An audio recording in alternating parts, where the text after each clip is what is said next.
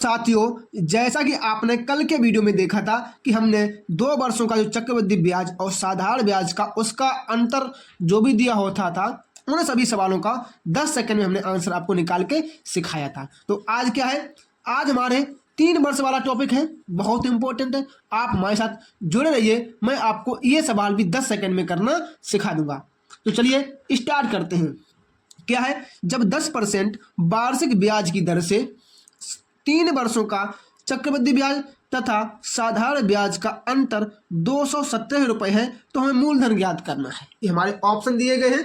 तो चलिए हमें क्या करना है, जो 10% है, ये जो हमारा 10% है, इसकी फ्रैक्शन वैल्यू कितनी होती है, 1/10 होती है।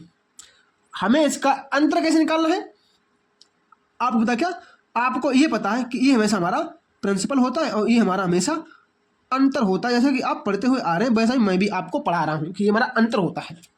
हमें क्या करना है, अगर इसका अंतर निकालना है 3 वर्षों का, क्या 3 वर्षों का अंतर निकालना है तो क्या करना होगा, ये जो हमारा प्रिंसिपल है इसका हमें इसका अंतर निकालना है तो क्या करना पड़ेगा, जब हम इसका 3 साल का अंतर निकालेंगे तो ये जो हमारा 10 दिया गया प्रिंसिपल, इसका 3 गुना कितना, इसका 3 गुना कर लेंगे और एक ये ऊपर वाला ना ये, इसे यहाँ जोड़ देंगे तो कितना हो जाएगा, 31 हो जाएगा। इसी की वैल्यू कितनी है, 217 रुपये इसी की वैल्यू है। यही तो हमारा अंतर है, तो कितना होगा, 217 यहाँ इक्वल में रख देंगे।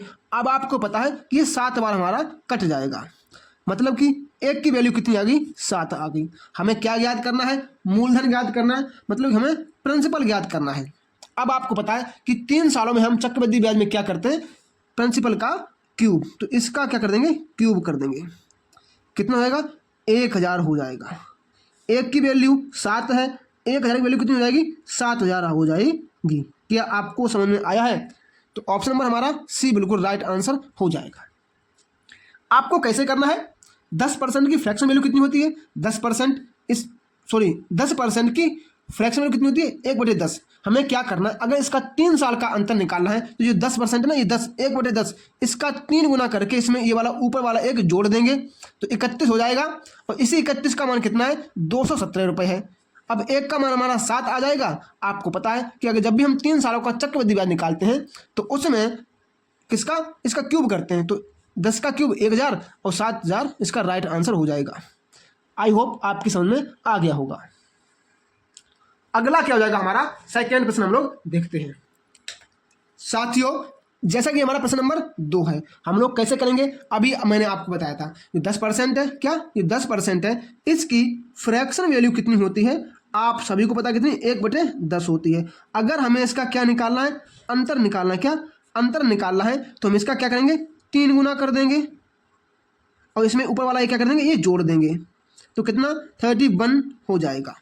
अब इसी 31 का आंसर कितना है, 186 रुपये जो यहाँ दिए गए हैं, तो 186 यहाँ लिख देंगे। ये कितनी बार जाएगा, ये 6 टाइम जाएगा, 6 बार जाएगा। एक की वैल्यू 6 हो जाएगी। अब इसका क्या निकालना है, प्रिंसिपल निकालना है, 10 का क्या कर देंगे हम, क्यूब कर देंगे। क्यूब कितना होता है, 1000 इसका क्यूब होता है और 6 का गुणा कर देंगे तो 6000 हमारा आंसर आ जाएगा। क्या आपको समझ में आया है, option number C right answer हो जाएगा। दोबारा देखिए क्या करना है कि 10% की फ्रैक्शन वैल्यू 1/10 होती है, हमें कुछ नहीं करना है, इसी 10 का 3 गुना कर देंगे और ऊपर वाला एक जोड़ देंगे, कितना आएगा, 31 हो जाएगा। इसी का भाग दे देंगे 186 में तो 6 बार आएगा। आपको पता है कि जो 3 वर्षों का जब हम ब्याज कुछ भी निकालते हैं चक्रवृद्धि ब्याज में तो इसका मूलधन का क्यूब कर देते हैं, तो मैंने मूलधन का क्यूब कर दिया, कितना आया, 1000 और इसी 6 का मल्टीप्लाई कर दिया, 6000 हमारा आंसर आ गया। आपने और जगह ही पढ़ा होगा तो आप ये देखिए कि ये सवाल आप मौजबानी कर सकते हैं। जो फॉर्मूला होता है आप फॉर्मूला सब भूल जाइए, आपको किसी फॉर्मूले की कोई ज़रूरत नहीं है, आप सिर्फ हमारे साथ जुड़े रहिए। चलिए अगला प्रश्न करने की कोशिश करते हैं। अगला प्रश्न क्या है हमारा, देखिए कितनी है, 4% रेट दी गई है, समय हमारा वही 3 वर्ष है, कोई हमें कुछ नहीं करना है। जो 4% है, क्या 4% है, इसकी फ्रैक्शन वैल्यू कितनी होती है, आपको पता कितनी, 1/25 इसकी फ्रैक्शन वैल्यू होती है। अब हमें इसका क्या निकालना है, अंतर निकालना है, क्या अंतर निकालना है, तो कैसे निकालेंगे, इस 25 का क्या कर देंगे, 3 गुना, 25 का 3 गुना ऊपर वाला एक जोड़ देंगे, कितना हो जाएगा, 76 हो जाएगा। अब इस 76 का मान कितना है, 152 जो कि हमें यहाँ दिया गया अंतर, कितना 2 बार जाएगा, मतलब कि एक की वैल्यू हमारी 2 आ गई है। अब 25 का क्यूब कितना होता है? 25 का क्यूब कितना होता है? सभी को पता है कितना?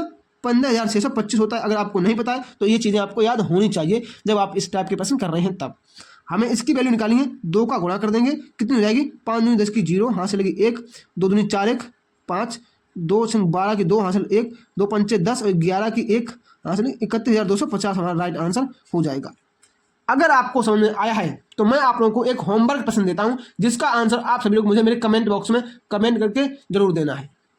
तो दोस्तों ये जो हमारा प्रश्न नंबर 4 दिया गया है इसका आंसर आप सभी लोग मुझे मेरे कमेंट बॉक्स में कमेंट करके जरूर देंगे, ठीक है। अगर आप नहीं दे पाते हैं तो क्या करेंगे? 4% है, मैं आपको थोड़ा बता देता हूं कैसे करना है। 4% है, इसकी फ्रैक्शन वैल्यू 1/25 हो जाएगी, आप सभी को पता है। क्या करना है? इसका अंतर निकालने के लिए इसका 3 गुना कर देना है और 1 ऐड कर देना है, कितना हो जाएगा? 76 हो जाएगा। इसकी वैल्यू कितनी है? 228 इसकी वैल्यू है। ये कितनी बार जाएगा? कितनी बार? ये 3 बार जाएगा। कितनी? 3 बार जाएगा। अब इसका क्यूब कितना होता है 25 का? तो कितना? 15,625 इसका क्यूब होता है।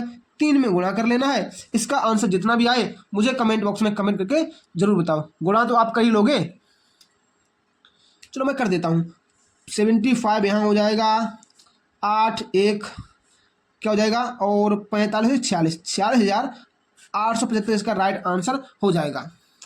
साथियों अगर आपको वीडियो अच्छा लगा है तो कृपया वीडियो को लाइक, चैनल को सब्सक्राइब जरूर कर लें प्लीज़। मैं आपसे यही रिक्वेस्ट करूंगा कि आप हमारे साथ जुड़े रहिए। मैं आपको डेली एक नया टॉपिक लेके आ रहा हूं, वो भी बहुत छोटे छोटे टॉपिक में लेके आता हूं। साथियों अब अगला टॉपिक हमारा क्या होगा? स्टैटिक्स होगी, जिसमें नहीं वो बोलते कि मानक विचलन, मानक प्रसरण, ये प्रश्न नहीं कर पाते हैं, तो अब मैं अगला वही आपको कराने आ रहा हूँ। तो साथियों वीडियो को लाइक कीजिए, चैनल को सब्सक्राइब कीजिए, दोस्तों के पास क्लास को शेयर जरूर कर दीजिए। मिलते हैं अपने कल के टॉपिक में, तब तक के लिए जय श्री राम, राधे राधे।